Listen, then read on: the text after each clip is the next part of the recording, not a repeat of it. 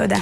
יש סרטון אחד שלדעתנו הסרטון ששותף הכי הרבה פעמים בשבועות האחרונים, סרטון שבו ברידג'יט גבריאל, ערבייה מלבנון שעקרה לארצות הברית ומאז עסוקה בלתקוף את האסלאם, עונה לסטודנטית מוסלמית ששאלה אותה שאלה מטריסה יחסית, מיד איתנו ברעיון מיוחד, אבל תחילה בואו נזכר בסרטון. We have 8 million plus Muslim Americans in this country, and I don't see them represented here. I am so glad you brought that up because it gives us an opportunity to answer. There are 1.2 billion Muslims in the world today. Of course, not all of them are radicals. The majority of them are peaceful people. The radicals are estimated to be between 15 to 25%. You're looking at 180 million to 300 million people dedicated to the destruction of Western civilization. It's the radicals that kill. Most Germans were peaceful, yet the Nazis drove the agenda, and as a result, 60 million people died. ברידג'יט, שלום. שלום. אני מבין שאת מדברת גם כמה מילים בעברית, זה נכון?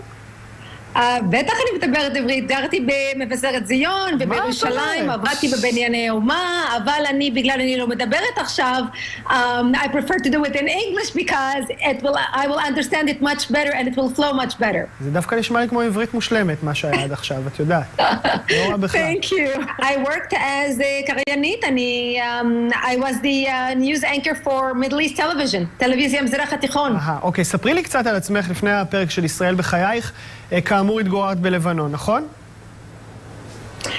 I was born in Lebanon and I was raised in Lebanon during the war. My 9/11 happened to me in Lebanon in 1975 when Palestinians and Islamists blew up my home, bombed my home, bringing it down, burying me under the rubble wounded. I ended up in a hospital for 2.5 months and later ended up living in a bomb shelter underground for 7 years from the age of 10 till the age of 17.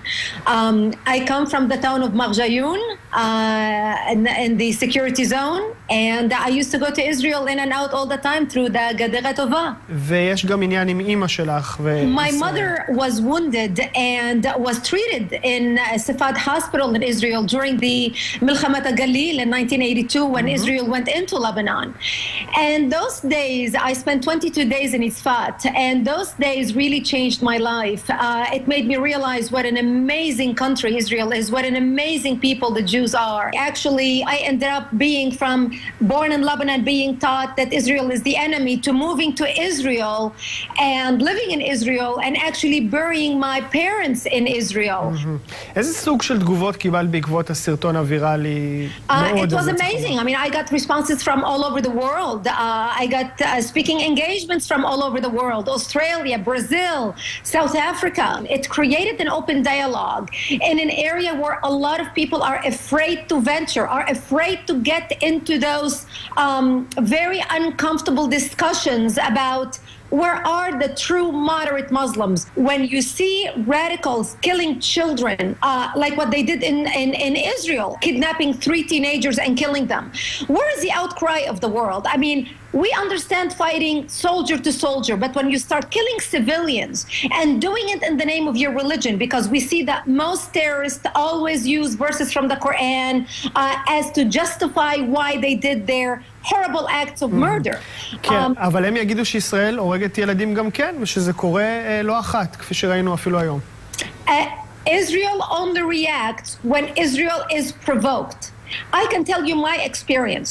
When I was in Lebanon and the Palestinians surrounded our town to take us, to bomb us before Israel liberated us, the Palestinians used to put their cannons and their artillery in front of our bomb shelter. The Palestinians would launch rockets at Israel, fully knowing that Israel is going to retaliate, and when Israel retaliates, children are going to die.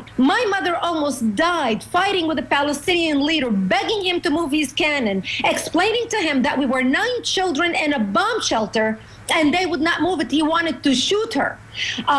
So this is what we are dealing with, and this is the message that we need to get to the world. And I'm speaking from experience as an Arab child who was trapped in a bomb shelter in Lebanon where the Palestinians used me as a pawn in order to shell Israel, and then knowing that my image is if I die, will be all over the world. תגידי, מישהו מצוות ההסברה הישראלי פנה אלייך אולי ואמר בואי נעבוד ביחד? כי נשמע לי שיש על מה לדבר.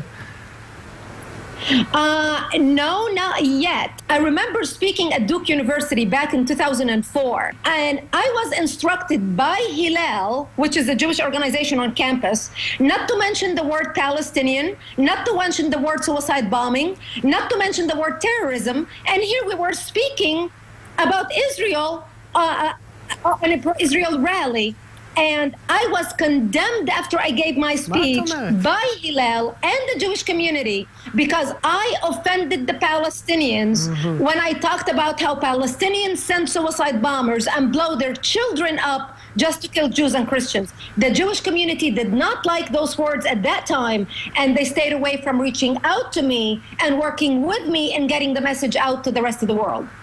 Because they did not want to offend the Palestinians. תגידי, מה המטרה שלך עכשיו, מעכשיו, נניח? Giving my message out, at least to the Israeli people and the Jewish people, to understand that they do have friends in the Arabic world. They do have friends outside working so hard. אוקיי, בריג'יט, תודה רבה לך. Thank you very much. Bye-bye. תודה, ביי ביי.